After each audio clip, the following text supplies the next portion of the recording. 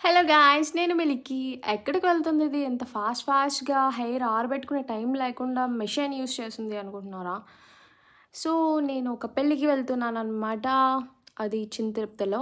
సింపుల్‌గా ఒక స్టిక్కర్ పెట్టేసుకొని, మనం ఎప్పుడైతే మనకి ఎక్కువగా రెడీ అయ్యే ఓపిక లేదురా బాబు అనుకుంటామో, అప్పుడే మీరేం చేయాలంటే ఒక బ్రైట్ కలర్ ఫ్యాబ్రిక్ ఉండే కాస్ట్యూమ్ సెలెక్ట్ చేసుకొని వేసుకున్నారంటే, మీకు ఎక్కువగా రెడీ అవ్వాల్సిన అవసరమే ఉండదు. మళ్ళా ఒకటి ఏసేసుకొని చెవులీలు పెట్టేసుకున్నారంటే, మీరు ఫేస్‌కి ఏం యూజ్ చేయక్కర్లేకుండానే ఆ బ్రైట్ కలర్‌తో మీరు మిలమిలా మెరిసిపోతారనమాట.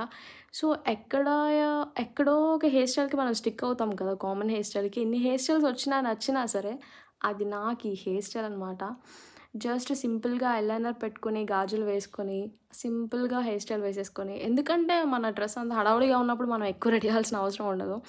లిప్ బామ్ ఎందుకు యూజ్ చేస్తున్నానంటే, ఇక్కడ నైట్ అనమాట పెళ్లి. సో, మనకి ఓవర్ లాంగ్ టైమ్ లిప్‌స్టిక్ ఉండాలంటే లిప్ బామ్ యూజ్ చేయాల్సిందే కదా!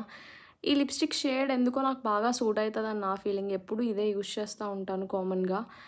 అండ్ ఇది మన ఫైనల్ లుక్ అనమాట. ఎలా ఉందో కామెంట్ చేసేయండి. ఏదో మర్చిపోయాను అనుకుంటున్నాను. అదే హిప్ బెల్ట్ అని అనిపించింది. ఎక్కడో కంఫర్టబుల్‌గా లేదు అని అనుకుంటుంటే. సో, ఇక్కడ నెట్ ఫ్యాబ్రిక్ కాబట్టి నాకైతే అస్సలు కంఫర్టబుల్‌గా ఉండదు. సో, నేను హిప్ బెల్ట్ యూజ్ చేస్తున్నాను ఇక్కడ.